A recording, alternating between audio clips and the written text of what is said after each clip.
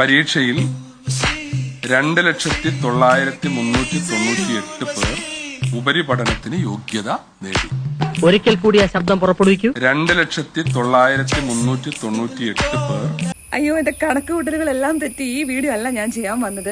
ഞാൻ ചെയ്യാൻ പോകുന്ന വീഡിയോയ്ക്ക് വലിയ വാർത്താ പ്രാധാന്യമൊന്നും കിട്ടിയിട്ടില്ല. കാരണം ഹൻസിക സബ്സ്ക്രിപ്ഷൻ തുടങ്ങിയ ന്യൂസ് അല്ലാത്തത് കൊണ്ടോ അല്ലെങ്കിൽ രേണുസുതിയുടെ ചുണ്ടിൽ കടിച്ചത് ഉറുമ്പാണോ എന്ന ന്യൂസ് അല്ലാത്തത് കൊണ്ടോ ആണെന്നറിയില്ല, ഇതിന് വലിയ വാർത്താ പ്രാധാന്യമൊന്നും അധികം കിട്ടിയിട്ടില്ല. ഞാൻ പറഞ്ഞു വന്നത് CBSE റിസൾട്ടിനെ കുറിച്ചാണ്. എത്ര തലകുത്തി നിന്ന് പഠിച്ചിട്ടായിരിക്കണം ഓരോ വിദ്യാർത്ഥികളും ഫുൾ മാർക്കിന് വേണ്ടിയിട്ട് വെയിറ്റ് ചെയ്തിട്ടുണ്ടാവുക. അപ്പോൾ മാർക്ക് കിട്ടിയപ്പം അവർ പ്രതീക്ഷിച്ച മാർക്കിന്റെ 7 അയലത്ത് പോലും പോയിട്ടില്ല. ഈ വേദന എല്ലാവർക്കും മനസ്സിലാവണമെന്നില്ല. +2 എക്സാം എഴുതിയവർക്കും അവരുടെ പാരന്റ്സിനും മനസ്സിലാവും. CBSE സിലബസിൽ പഠിക്കുന്നവർക്കും അറിയാം, അവിടെ പഠിപ്പിക്കുന്നവർക്കും അറിയാം. ഓരോ വർഷം ഓരോരോ പരിഷ്കാരങ്ങൾ അവർ കുട്ടികളുടെ മേൽ അടിച്ചേൽപ്പിക്കാറുണ്ട്. അതുപോലെ പുതിയൊരു പരിഷ്കാരം കൊണ്ടുവന്നതാണ് OSM, ഓൺ സ്ക്രീൻ മാർക്കിംഗ്. അതായത് കുട്ടികളുടെ ആൻസർ ഷീറ്റ് സ്കാൻ ചെയ്ത് ഡിജിറ്റൽ പകർപ്പ് വഴി മൂല്യനിർണ്ണയം നടത്തുന്ന ഒരു രീതിയാണ്. എന്നിട്ട് ഇപ്പൊ എന്തായി? എക്സാം എഴുതിയ എല്ലാവരും റീവാല്യൂഷന് കൊടുത്തിരിക്കുകയാണ്.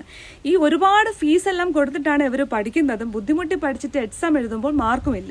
ഇനി അത് റീവാല്യൂഷന് കൊടുക്കണമെങ്കിൽ ഓരോ കുട്ടികളുടെ കയ്യിൽ നിന്നും 8,000 മുതൽ 60,000 വരെയാണ് ഈടാക്കുന്നത്. ഡിജിറ്റൽ തകരാറിലുള്ള എല്ലാ തെറ്റുകളും CBSE സമ്മതിക്കുന്നുണ്ടെങ്കിലും ഇതുവരെ May 19 തുടങ്ങിയതാണിത്. ഇതുവരെ ഇതിനുള്ള ഒരു ആൻസർ അവർ പറഞ്ഞിട്ടില്ല.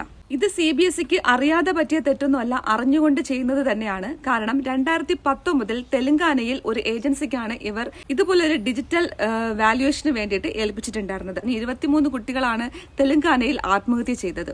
അന്ന് അവിടെ പ്രശ്നമുണ്ടായപ്പോൾ ഈ ഏജൻസിയെ മാറ്റാനോ ഇത് തിരുത്താനോ ഒന്നും CBSE ശ്രമിച്ചിട്ടില്ല. അതേ ഏജൻസി പേരുമാറ്റി ഇപ്പോഴും പ്രവർത്തിക്കുന്നുണ്ട്. ഇപ്പോഴും മൂല്യനിർണ്ണയം നടത്തിയതും ആ ഏജൻസി തന്നെയാണ്. എന്തുകൊണ്ട് പ്രധാനമന്ത്രി ഇതിൽ ഇടപെടുന്നില്ല?